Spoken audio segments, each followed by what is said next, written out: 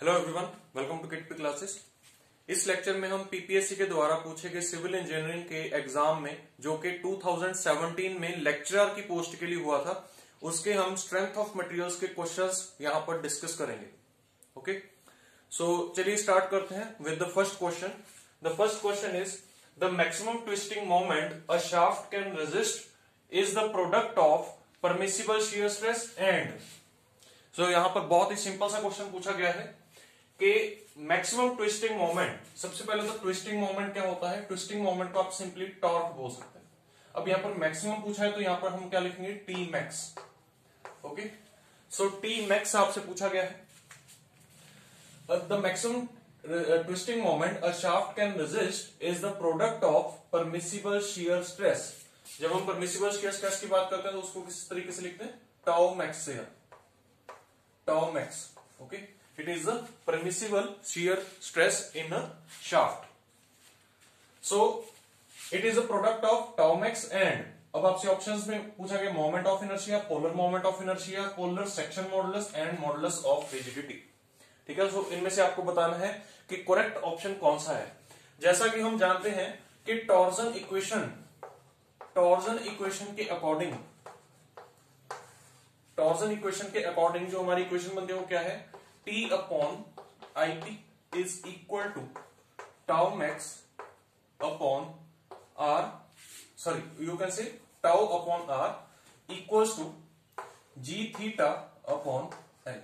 Okay, so this is your torsion equation. यहां पर मैं सभी टर्म्स के बारे में एक बार बता देता हूं।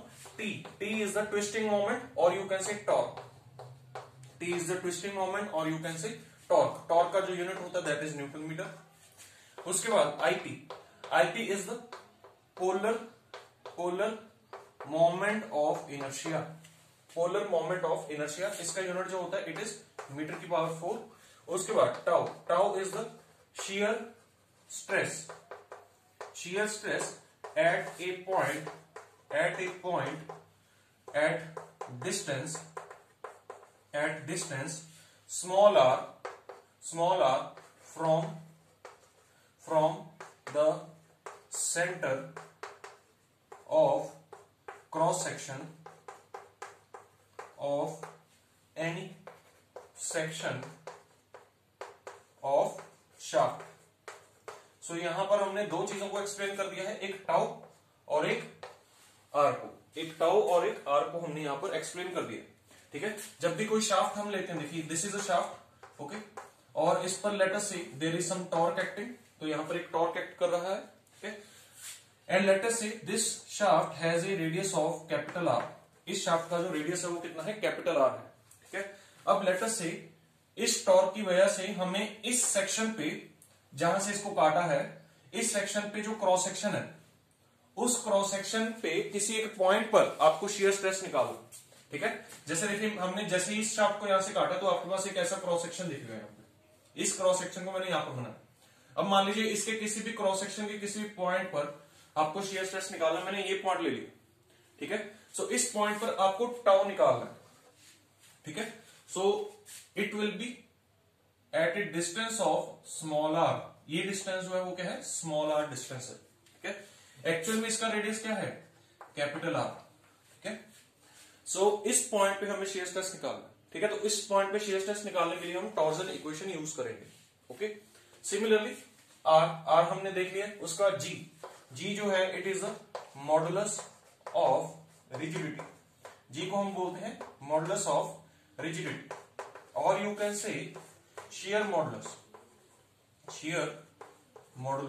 ओके, शियर मॉडुलस, इसका जो यूनिट होता है that is newton per metre square. Okay, tau का जो यूनिट होता है that is newton per metre square. देखिए मैं सारे यूनिट्स यहां पर ऐसे यूनिट्स लिख रहा हूं। ओके, ध्यान रखना। So newton per metre square. Small R का यूनिट क्या होगा? देखिए small R is a distance, so small R has a unit of metre. Okay, metre का यूनिट रहेगा। उसके बाद है थीटा इज एंगल। कौन सा वाला? Of twist. देखिए जब हमने शाफ्ट पर टॉर्क लगाया तो टॉर्क की वजह से यहां पर क्या आएगा? ट्विस्टिंग होगी। फिर ट्विस्टिंग होगी तो कितना एंगल उसमें ट्विस्ट हुआ, कितना एंगल से शाफ्ट रोटेट की due to this torque, that angle is theta. ठीक है। और एंगल ऑफ ट्विस्ट को हम यहां पर हमेशा हमेशा किस में लिखते हैं, रेडियंस में लिखते हैं, रेडियंस में लिखते हैं, ठीक है। Okay, and next thing is L. L is length of shaft, length of shaft. Okay, so L is length of shaft. So ये आपके सारे पॉइंट्स हैं यहां पर, ठीक है, जो इस फॉर्मूला में यूज हो रहे हैं। This is the equation. Okay, अब देखिए हमें क्या पूछा है, maximum twisting moment. Maximum twisting moment कब होगा, जब t is equal to T max होगा। t को हम जब टी मैक्स पुट करेंगे तो हमारे पास मैक्सिमम ट्विस्टिंग मोमेंट होगा, और जब हमारे पास मैक्सिमम ट्विस्टिंग मोमेंट होगा तो शियर स्ट्रेस भी क्या होगा, मैक्सिमम, ठीक है, शियर स्ट्रेस भी क्या होगा, मैक्सिमम होगा। क्लियर। एंड यहां पर क्या पूछा है, maximum torque a shaft can resist is the product of maximum shear stress. देखिए मैक्सिमम शियर स्ट्रेस है, और इनटू क्या आएगा, आईपी अपॉन, देखिए किसी भी शाफ्ट में जो मैक्सिमम शियर स्ट्रेस प्रोड्यूस होता है that is produced on the surface of the shaft, ठीक है, शाफ्ट के सरफेस पर प्रोड्यूस होगा यहां पर मैक्सिमम शियर स्ट्रेस। तो शाफ्ट का सरफेस जो है वो सेंटर से कितना दूर है, कैपिटल आर डिस्टेंस दूर है, ठीक है, क्लियर। सो यहां से हमारे पास ये वाली इक्वेशन बन गई है। ओके,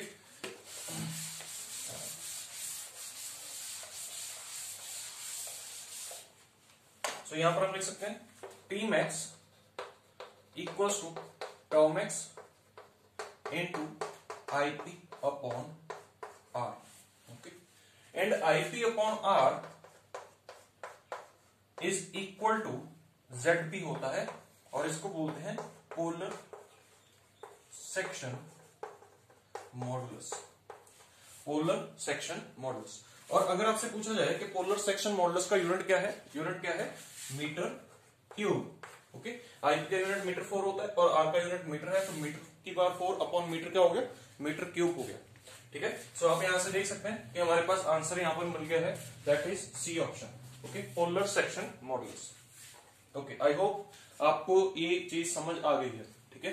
तो हमने यहाँ पर पूरी टॉर्जन इक्वेशन डिस्कस कर ली है, वहां पर जितनी भी टर्म्स यूज होती हैं वो हमने सभी डिस्कस यहाँ पर कर ली है। ओके,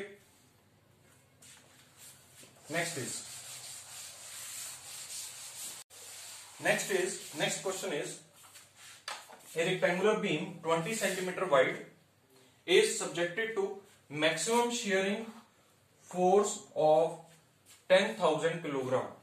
ओके, एक रेक्टेंगुलर बीम है जिसकी विड्थ जो है दैट इज 20 सेंटीमीटर वाइड, ठीक है, उस पर मैक्सिमम शियरिंग फोर्स जो है that is 10,000 kilogram. The corresponding maximum shearing stress being 30 kilogram per centimetre square, then the depth of the beam is, ठीक है। एक रेक्टेंगुलर बीम है, रेक्टेंगुलर बीम है जिसकी विड्थ है B is equal to 20 centimetre. Okay, और इसकी depth हमें कैलकुलेट करनी है, डेप्थ हमें कैलकुलेट करनी है, ठीक है।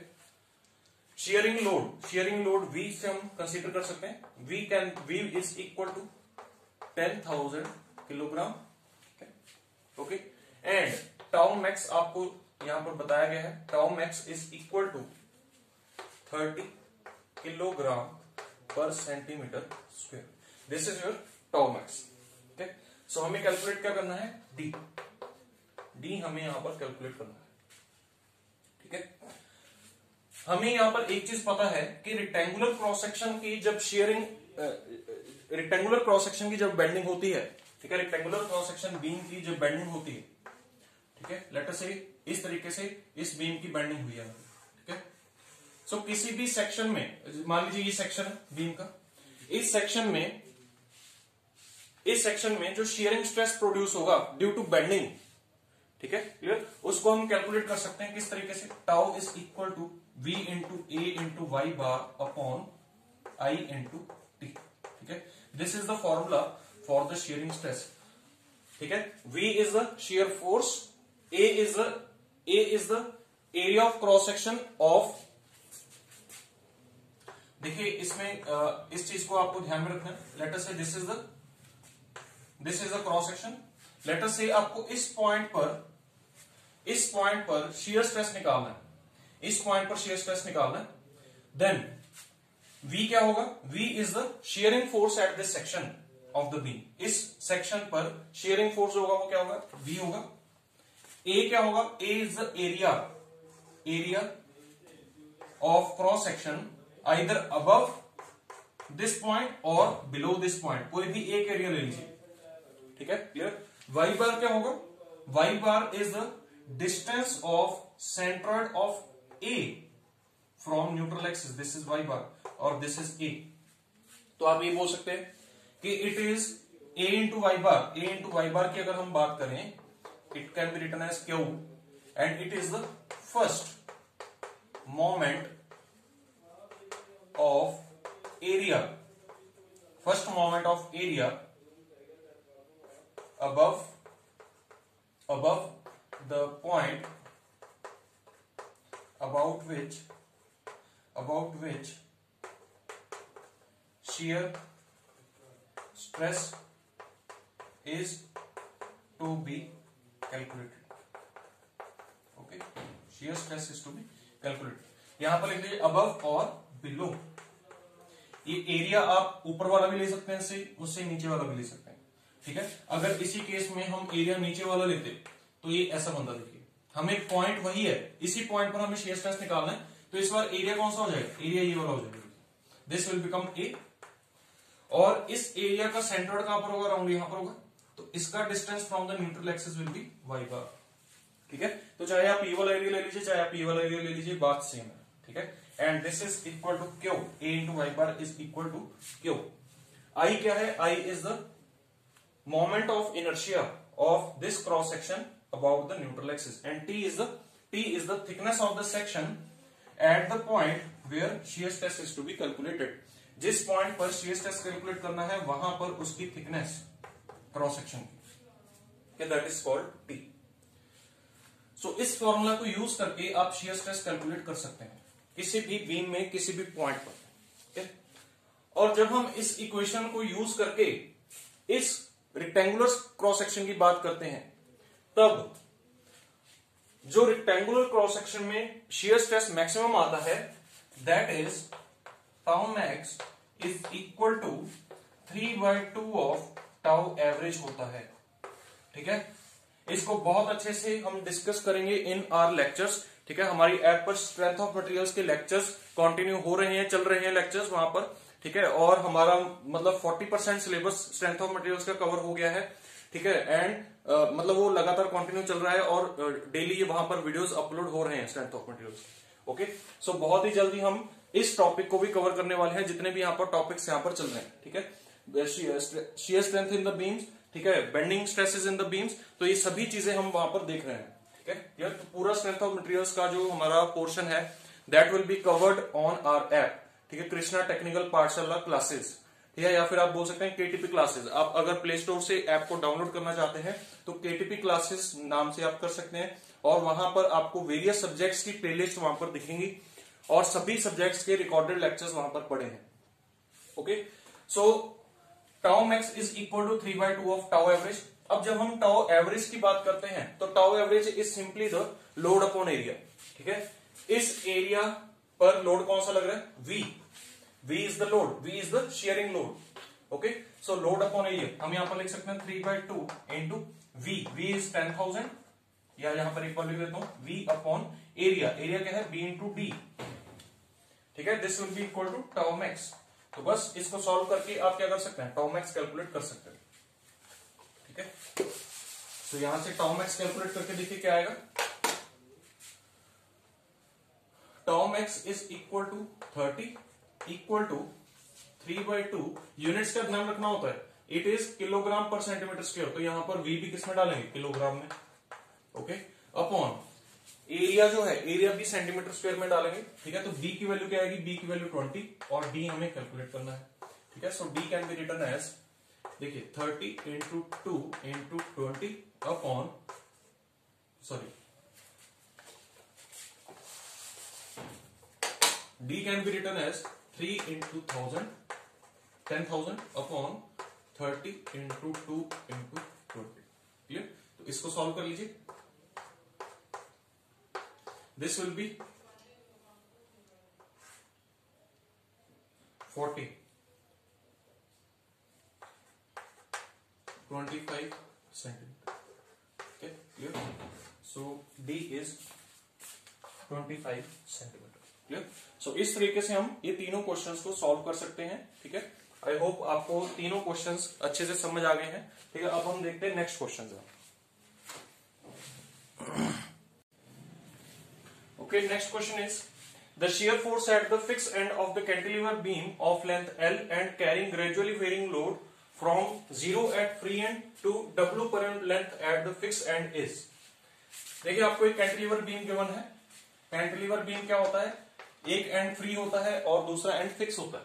ठीक है, सो कैंटिलीवर बीम में आपको shear फोर्स निकालना है at the fix and. Fix and पर आपको shear फोर्स निकालना है.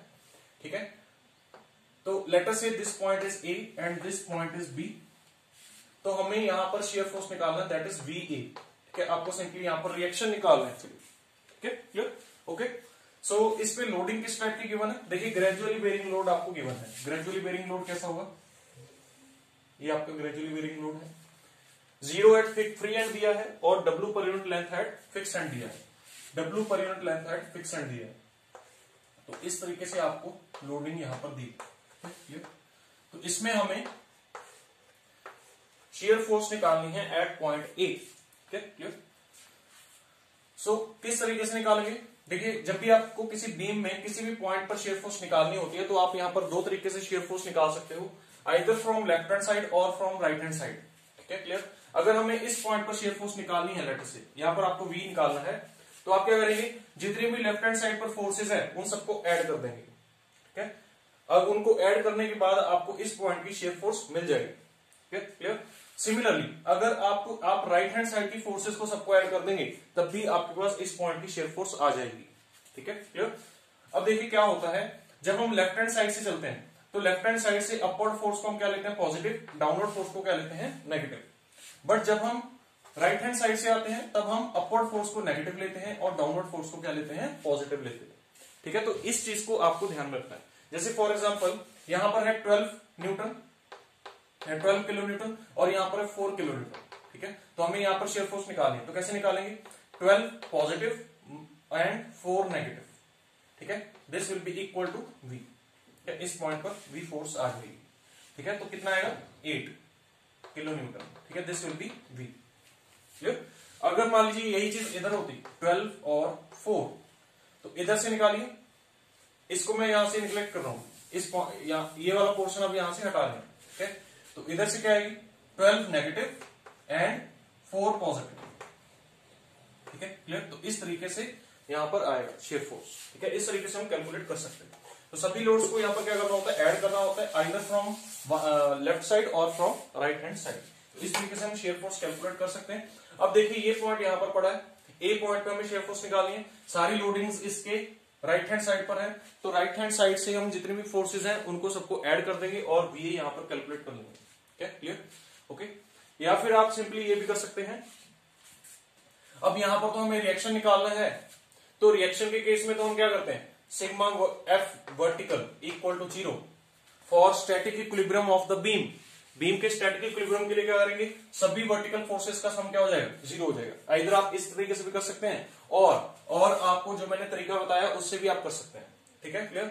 अब देखिए यहां पर जब हम लोडिंग की बात करते हैं, अगर यूनिफॉर्मली डिस्ट्रीब्यूटेड लोड है या फिर यूनिफॉर्मली वेरिंग लोड है, तो उस केस में हम टोटल लोड कैसे कैलकुलेट करते हैं इन दैट पर्टिकुलर केस. अब जैसे यहां पर यूनिफॉर्मली वेरिंग लोड है, तो यूनिफॉर्मली वेरिंग लोड में हमें इसका नेट लोड निकालना है. इसका नेट लोड देखिए क्या होगा?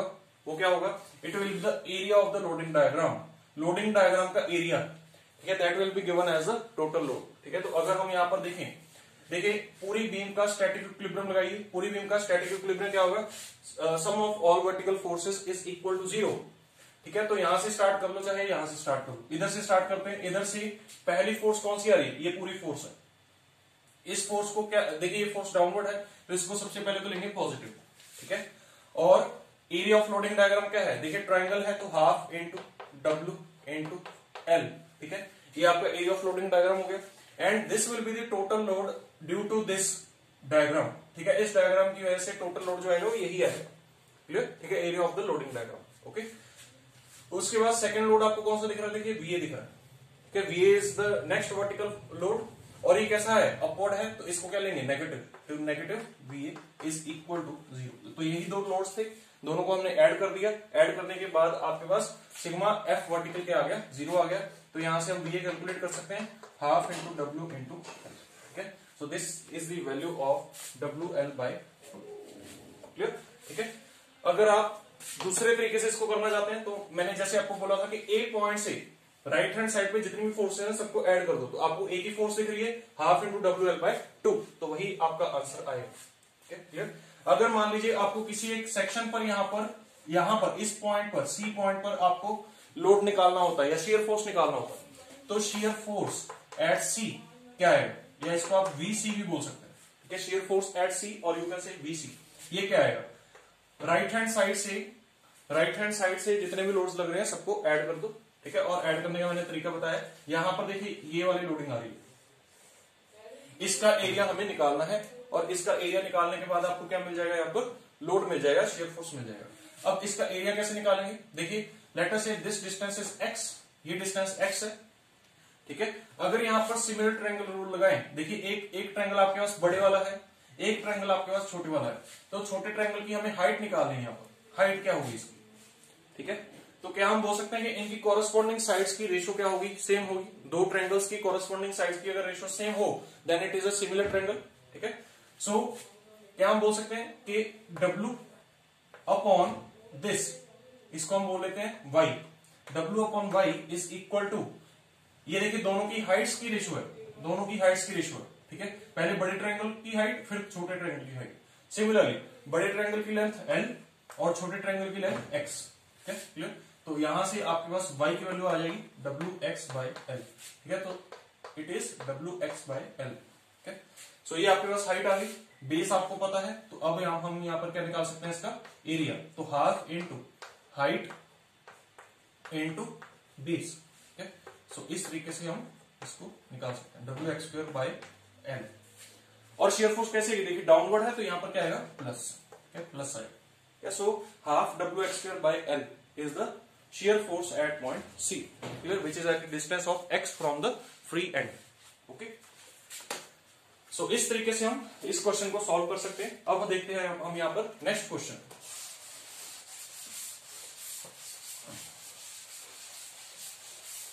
नेक्स्ट क्वेश्चन देखिए, a beam of uniform strength beam जो होती है उसमें क्या होता है, क्या उसमें बेंडिंग मोमेंट सेम होता है throughout the beam, no.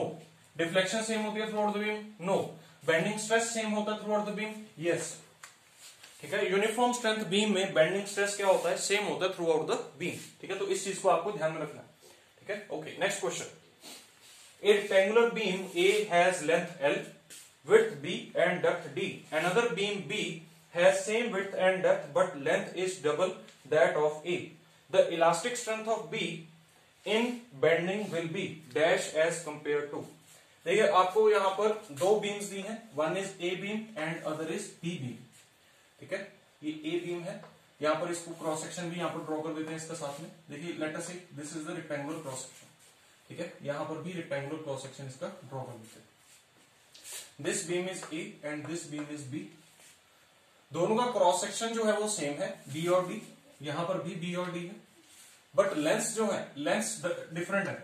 अगर ए की लेंथ एल है तो बी की लेंथ क्या है, 2L है, ठीक है। तो ये चीज आपको ध्यान रखनी है, ठीक है, जो यहां पर गिवन है। हमें क्या पूछा है, हमें elastic strength of B in bending will be dash as compare to A. तो हमें यहां पर बी और ए की बेंडिंग में इलास्टिक स्ट्रेंथ को कंपेयर करना है, ठीक है, क्लियर। तो सबसे पहले तो बेंडिंग स्ट्रेस इक्वेशन हमें यहां पर पता होनी चाहिए। बेंडिंग स्ट्रेस इक्वेशन क्या होती है, बेंडिंग स्ट्रेस इक्वेशन क्या होती है, it is m upon I equal to sigma upon Y equal to E upon R, clear.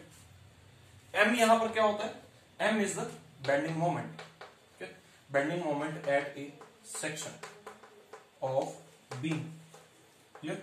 Beam के किसी एक पर्टिकुलर सेक्शन पर बेंडिंग मोमेंट m, ठीक है, इसका यूनिट क्या होगा, newton metre. I is I is the moment of inertia, कौन सा, area, area moment of inertia, area moment of inertia of cross section of beam, ठीक है। और इसका यूनिट क्या होगा, मीटर की पावर 4, और ये किसके अबाउट है, about neutral axis, neutral axis के अबाउट आपको एरिया मोमेंट ऑफ इनर्शिया लेना होता है, ठीक है। Sigma, sigma is the bending stress, bending stress कहां पर, एट ए पॉइंट, कौन से पॉइंट पर, at distance, distance y from neutral axis of the section, यार जो भी आपने बीम का सेक्शन काटा है उस सेक्शन के न्यूट्रल एक्सिस पर अगर आपको किसी पॉइंट पर बेंडिंग स्ट्रेस निकालना है, ठीक है, तो वो पॉइंट y डिस्टेंस पर है, तो वहां पर आप बेंडिंग स्ट्रेस निकाल सकते हैं सिग्मा, ठीक है। E is the Young's modulus of elasticity and R is the radius of curvature of the beam after bending.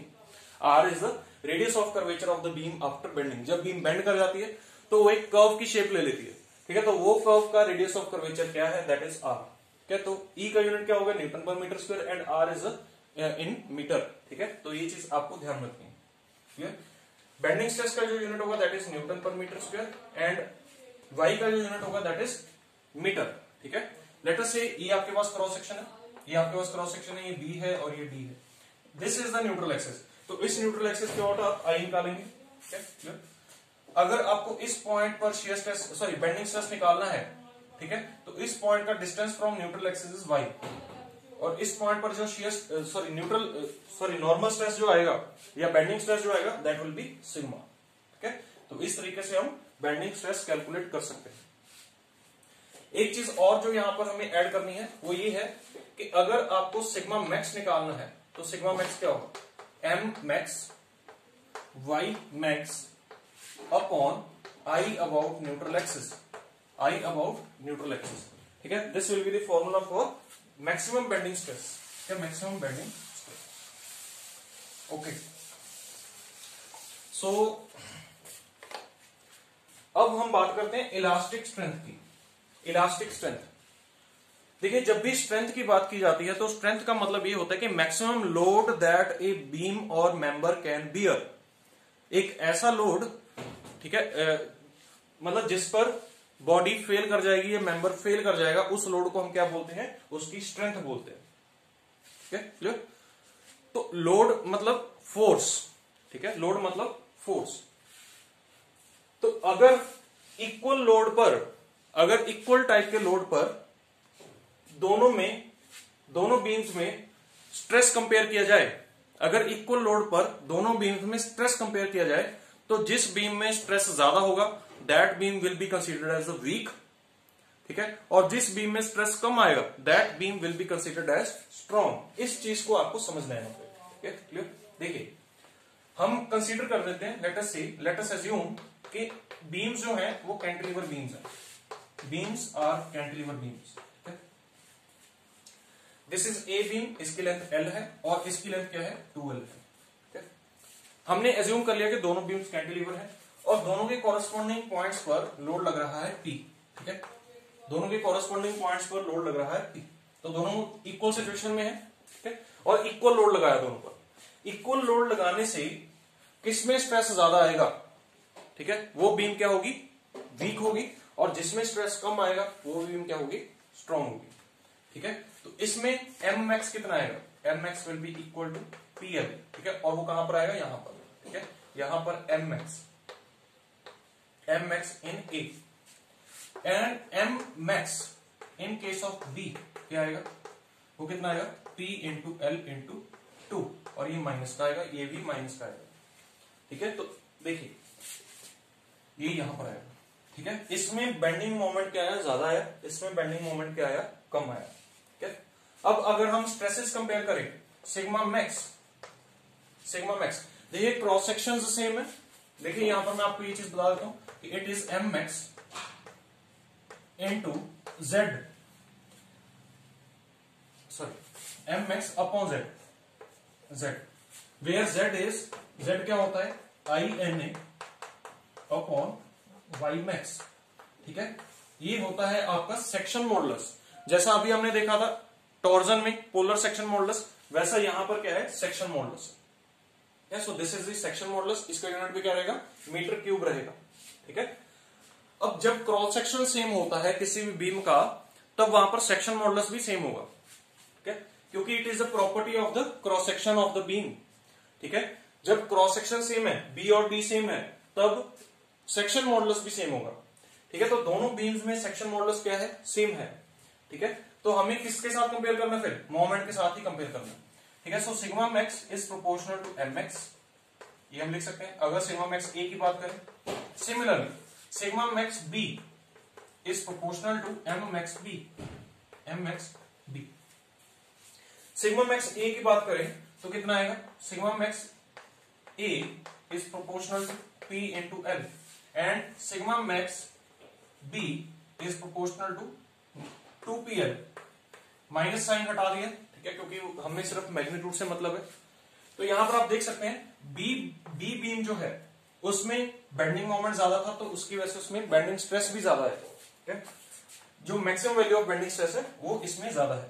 ठीक है, and in case of A bending stress क्या है, कम है। मैक्सिमम बेंडिंग स्ट्रेस की वैल्यू क्या है, कम है as compare to maximum bending stress in B. ठीक है, तो कौन सी बीम स्ट्रांग हुई ज्यादा, ये बीम ज्यादा स्ट्रांग हुई और ये बीम कम स्ट्रांग हुई। ठीक है, तो अब आपसे क्या पूछा है, elastic strength of B in bending will be dash as compare to beam A. अगर मान लीजिए दोनों के मैक्सिमम स्ट्रेसेस को सेम कर दें, अगर मान लीजिए दोनों के मैक्सिमम स्ट्रेसेस को सेम कर दें, लेट अस से कि sigma max A is equal to sigma max B कर दें, ये मतलब मटेरियल की स्ट्रेंथ आ गई है। मटेरियल की जो स्ट्रेंथ है, दोनों के मटेरियल की स्ट्रेंथ सेम है, तो कौन सी बीम ज्यादा लोड ले पाएगी और कौन सी बीम कम लोड ले पाएगी, इस चीज को हमें कंपेयर करना है। ठीक है, अगर सिग्मा मैक्स ए और सिग्मा मैक्स बी को हम सेम कर दें, तो जो ए बीम है, ए बीम कितना लोड ले पाएगी, ए बीम 2p लोड ले पाएगी और बी बीम कितना ले पाएगी, p load. Same maximum stress के लिए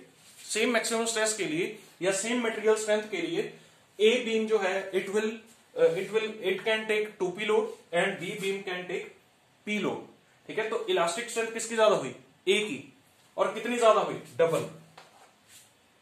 सॉरी, यहां पर बी की पूछा है, बी को ए के साथ कंपेयर किए। ठीक है, तो बी की क्या है, ए के कंपैरिजन में हाफ, बी की ए के कंपैरिजन में क्या है, हाफ, और ए की बी के कंपैरिजन में क्या है, डबल। ठीक है, तो इस चीज को हमें यहां पर समझना है। ठीक है, clear, okay. So these are the questions. अब देखते हैं हम यहां पर नेक्स्ट क्वेश्चंस। ओके,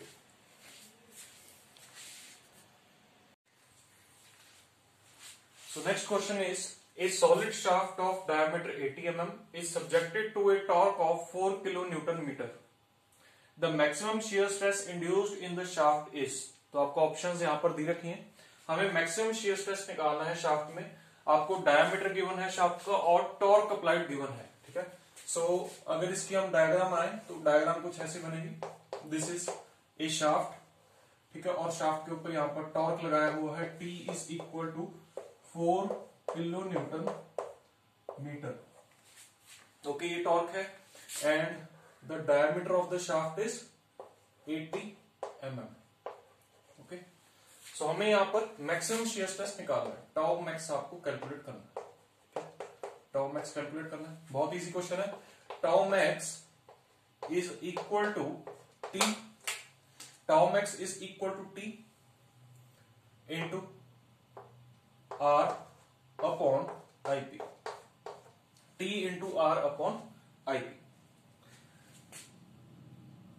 R को देखिए, हमारे पास टॉर्जन इक्वेशन जो थी, टॉर्जन इक्वेशन इस तरीके से होती है, tau upon R is equal to T upon IP equals to G theta upon L, है ना। सो T, अगर हमें यहां पर टाउ मैक्स निकालना है, टाउ मैक्स कैसे आएगा, देखिए T into R max, T into R max upon IP। So यहां पर R मैक्स की वैल्यू क्या है, actually capital R is the radius of the shaft.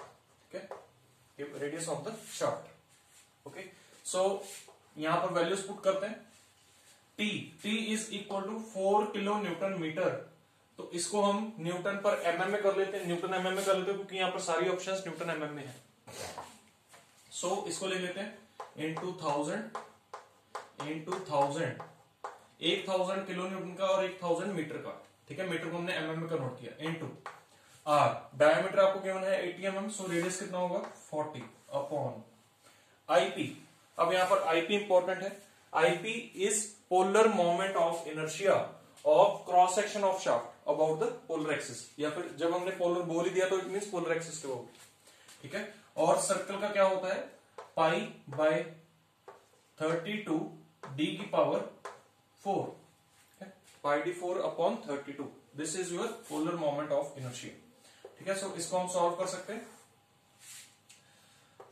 440 into 4 into 10⁶ upon pi by 32 into d⁴, d is 80⁴, और you can see 80 into 80 into 80 into 80, ठीक है। सो इसको cancel कर सकते हैं, ठीक है, बाय 8 मतलब यहां पर आएगा 4 और ये बनेगा 10, ठीक है, 20 एंड 2, ओके। सो देखिए ये आपका ये भी कट गया, यहां पर आएगा 10, so we can write it as 10⁶ upon pi into 800 into 10, okay, और you can say 1000 upon pi into 8, और 1000 अपॉन 8 क्या होता है 125 अपॉन पाई, और सब कुछ हमने mm में डाला है, न्यूटन में डाला है, तो यहां पर क्या आएगा न्यूटन पर mm स्क्वायर, ठीक है। सो ऑप्शन करेक्ट कौन सी आएगी, C option will be the correct option, okay. Now next question, ठीक है, तो ये था हमारा क्वेश्चन नंबर 7 जिसका आंसर आया हमारा सी, हमें टाउ मैक्स पूछा गया था यहाँ पे, ठीक है, ओके। तो टॉर्जन जो सब्जेक्ट चैप्टर है हमारा, उसमें इसी इक्वेशन के बेसिस पर हम सब चीजें कैलकुलेट करते हैं, ठीक है।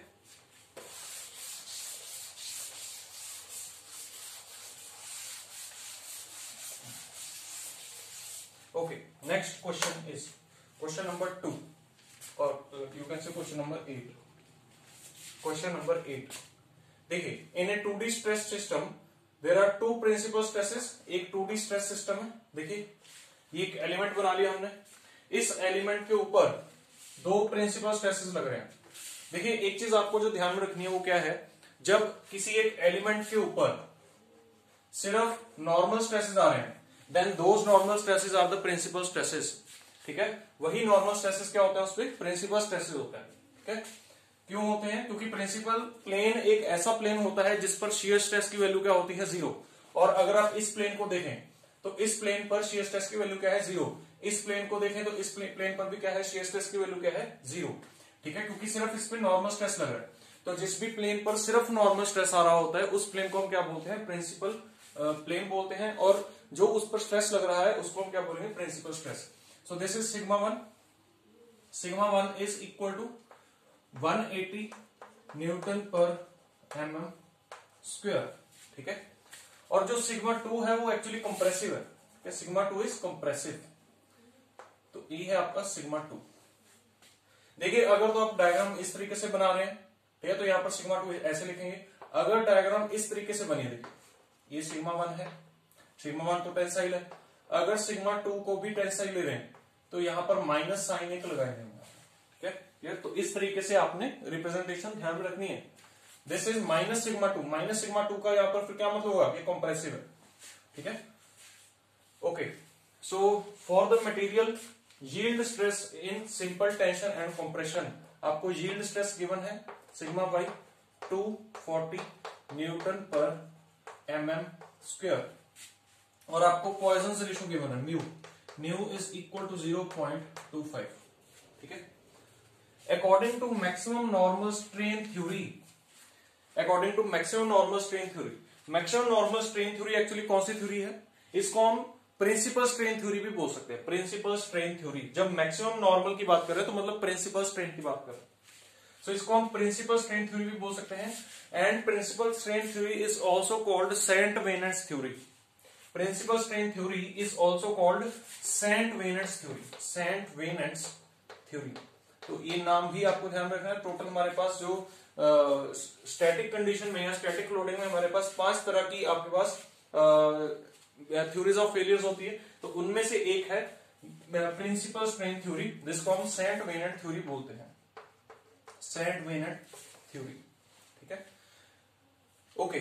सो according to maximum strain theory the value of sigma 2, हमें सिग्मा 2 की वैल्यू यहां पर कैलकुलेट करनी है। ठीक है, कि सिग्मा 2 की वैल्यू क्या होगी। क्लियर? ठीक है, at which yielding will commence. ठीक है, जिस सिग्मा 2 की वो वाली वैल्यू जिस पर यील्डिंग जस्ट स्टार्ट हो जाएगी। कमेंस का मतलब start. Okay, so saint Venant theory देखिए क्या बोलती है। हम यहां पर स्ट्रेन्स निकालते हैं पहले, प्रिंसिपल स्ट्रेन्स। देखिए प्रिंसिपल स्ट्रेन 1 अगर निकालें, प्रिंसिपल स्ट्रेन 1 इस प्लेन पर, ठीक है, that will be equal to sigma 1 minus mu sigma 2। इस चीज को समझ सकते हैं आप, upon E.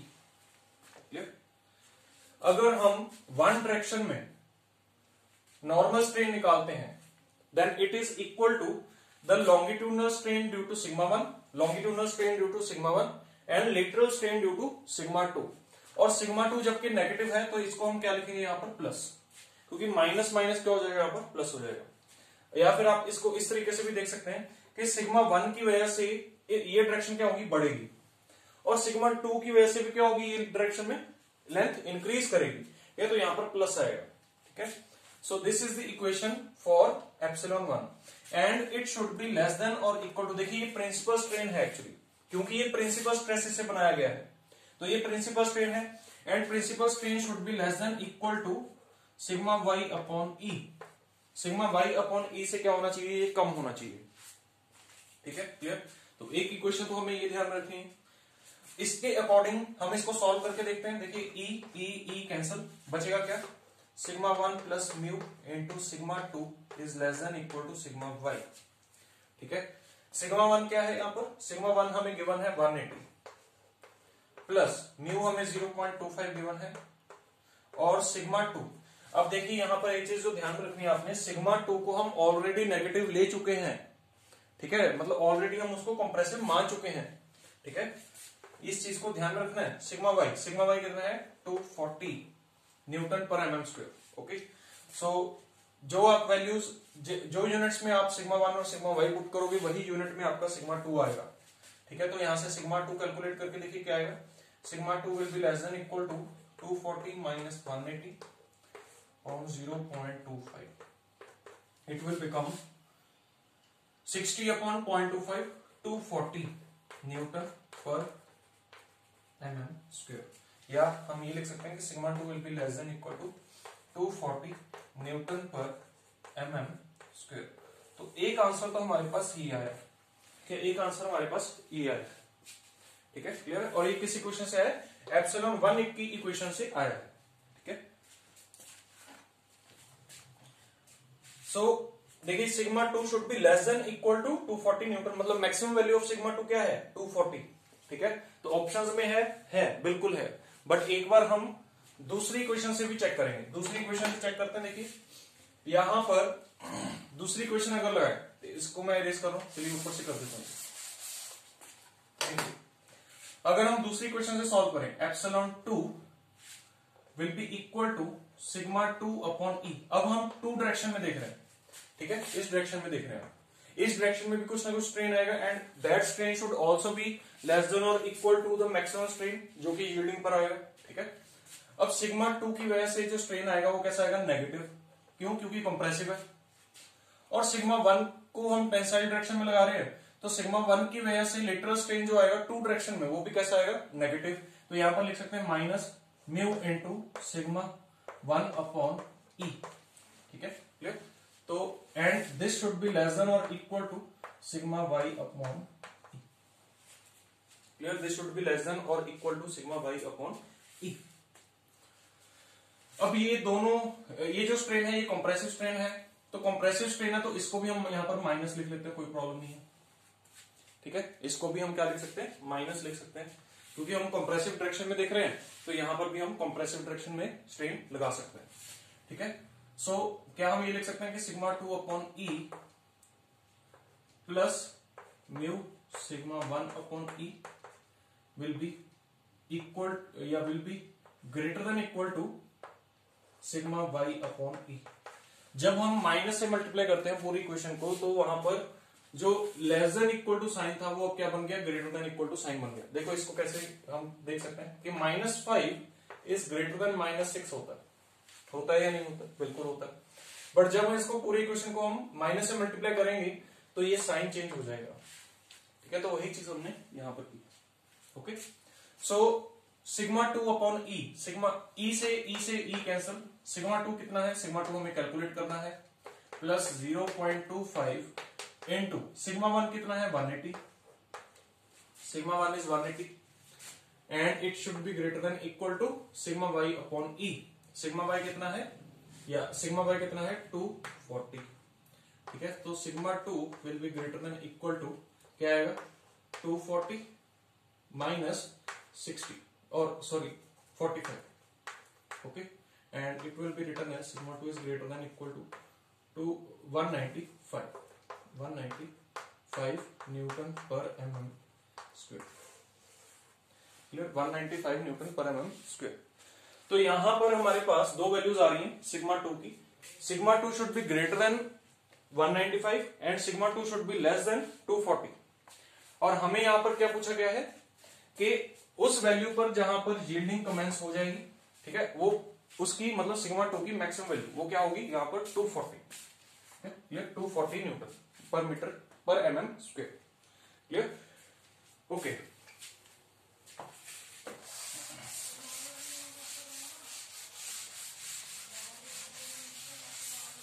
Next question is,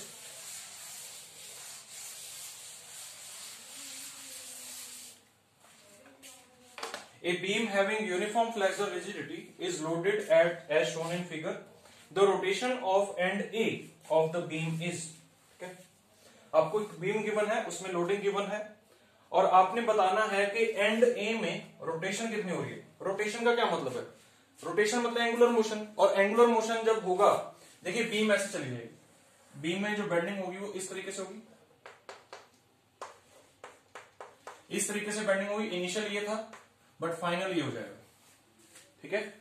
सो क्या हम देख सकते हैं कि ए पॉइंट पर कुछ ना कुछ रोटेशन हुई है। ए पॉइंट पर बीम पहले इस डायरेक्शन में थी बट फिर बीम इस तरीके से चली गई, ठीक है। तो रोटेशन कितनी हुई है, एंगल थीटा से, थीटा ए से, तो हमें थीटा ए ही तो कैलकुलेट करना है यहां पर, ठीक है। तो थीटा ए को हम क्या बोलते हैं, slope, slope of beam at a point पर स्लोप हमें कैलकुलेट करना है, ठीक है। तो उससे आपके पास आंसर आ जाएगा, ठीक है। सो इसको हम किस तरीके से सॉल्व कर सकते हैं, देखिए सबसे पहले इस डायग्राम के लिए बेंडिंग मोमेंट डायग्राम कैसे बनेगी। देखिए यहां पर पूरी सिमेट्रिक लोडिंग है, सिमेट्रिक लोडिंग के केस में अगर हम इसकी फ्री बॉडी डायग्राम बनाए तो फ्री बॉडी डायग्राम आपकी इस तरीके से बनेगी, P P P and P, reactions हमारे जो आएंगे वो इक्वल आएंगे, ठीक है। सिमेट्रिक लोडिंग है, L/3 डिस्टेंस है, ठीक है, L/3 एंड L/3। इसकी बेंडिंग मोमेंट डायग्राम कैसे बनेगी, शेयर फोर्स डायग्राम कैसे बनेगी, शेयर फोर्स डायग्राम देखिए P और फिर horizontal line then P, okay, then यहां से इस तरीके से P P P and P, this will be your shear force diagram. अगर आपसे बेंडिंग मोमेंट डायग्राम पूछा जाए तो बेंडिंग मोमेंट डायग्राम कैसा बनेगा, इस तरीके से, ठीक है। These all things will be discussed in the lectures on our app, ठीक है। हमारी ऐप पर जितने भी हमारे लेक्चर्स हैं उनमें डिस्कस किया जा रहा है, ठीक है। तो वहां पर लेक्चर्स हमारे चल रहे हैं, उन लेक्चर्स में ये सभी कॉन्सेप्ट्स बेंडिंग मोमेंट डायग्राम के, शेयर फोर्स डायग्राम के ये सभी कॉन्सेप्ट्स वहां पर डिस्कस किए जा रहे हैं, ठीक है। तो अगर आप उनको सीखना चाहते हैं तो आप हमारी ऐप को डाउनलोड कर सकते हैं, वहां पर स्ट्रेंथ ऑफ मटेरियल्स का पैकेज जो है उसको आप परचेज कर सकते हैं, okay. So this is your bending moment diagram. अब देखिए बेंडिंग मोमेंट डायग्राम में this length, this height will be equal to P into L/3 और ये डिस्टेंस कितना है L/3, okay. This height is P into L/3 and this height is also P into L/3 and this distance is L/3, okay, this distance is also L/3। तो ये हमारी bending moment diagram यहां से बन गई। हमें इसमें स्लोप निकालना है, और स्लोप जो मैं यहां पर अभी कैलकुलेट करूंगा वो करूंगा by moment area method.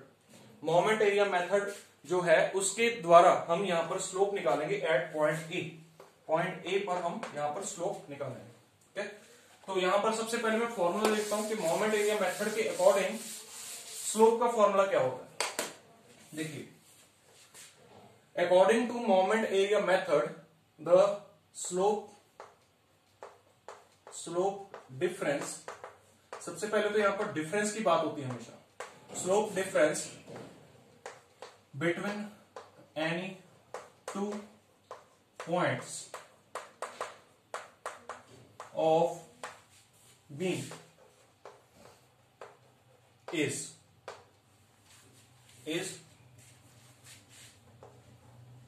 θ1 minus θ2। यहां पर मैं 2 पॉइंट्स ले लेता हूं, 1, 2 पॉइंट। ठीक है, 1 पॉइंट और 2 पॉइंट, 1 और 2 पॉइंट के बीच में जो स्लोप डिफरेंस होगा that will be equal to 1 upon EI into area of bending moment diagram between 2 points. Okay, this is your formula for difference of slope. ठीक है, तो इस फॉर्मूला को हम यूज करके यहां पर स्लोप कैलकुलेट करेंगे। ठीक है, सो हमें देखिए 2 पॉइंट्स का डिफरेंस यहां से पता चलता है। ठीक है, तो जब हम यहां पर इसका स्लोप निकालेंगे तो हम कोई 2 पॉइंट्स इसमें लेंगे। ठीक है, हमारे पास देखिए ये बीम है, दिस इज योर बीम। इसमें डिफ्लेक्शन जो होगी वो इस तरीके से होगी। मैक्सिमम डिफ्लेक्शन सिमेट्रिक लोडिंग में कहां पर आएगी, सेंटर पॉइंट पर। ओके, एंड जहां पर डिफ्लेक्शन मैक्सिमम होगी वहां पर स्लोप क्या होगा। देखिए, अगर यहां पर हम टेंजेंट बनाए तो टेंजेंट बिल्कुल हॉरिजॉन्टल बनेगा, तो इस पॉइंट पर थीटा की वैल्यू क्या होगी, 0। और आपको इस पॉइंट पर थीटा की वैल्यू निकालनी है। यहां पर मैंने टेंजेंट बनाया है तो इस टेंजेंट का एंगल निकालना है हॉरिजॉन्टल के साथ। ठीक है, तो अगर इस पॉइंट को हम ए बोल रहे हैं और इस पॉइंट को या इस पॉइंट को हम सी बोल रहे हैं, तो थीटा ए माइनस थीटा सी अगर करें तो थीटा सी तो 0 है। ठीक है, तो ये इसको हम 0 पुट कर देंगे, और इसका डिफरेंस निकालने के बाद हमारे पास थीटा की वैल्यू आ जाएगी, क्योंकि थीटा सी तो 0 है, तो डायरेक्टली हमारे पास थीटा ए आ जाएगा। ठीक है, and this will be equal to 1 upon EI into area of BMD between A and C। A और C के बीच में जो एरिया ऑफ BMD है वो हम यहां पर पुट कर देंगे। अब देखिए A पॉइंट ये है और C पॉइंट ये है, तो A और C पॉइंट के बीच में जो एरिया है वो कौन सा है, ये एरिया है। क्या, तो ये एरिया हम कैलकुलेट कर सकते हैं। ठीक है, देखिए ये एक ट्रेपीजियम है, दिस इज ए ट्रेपीजियम,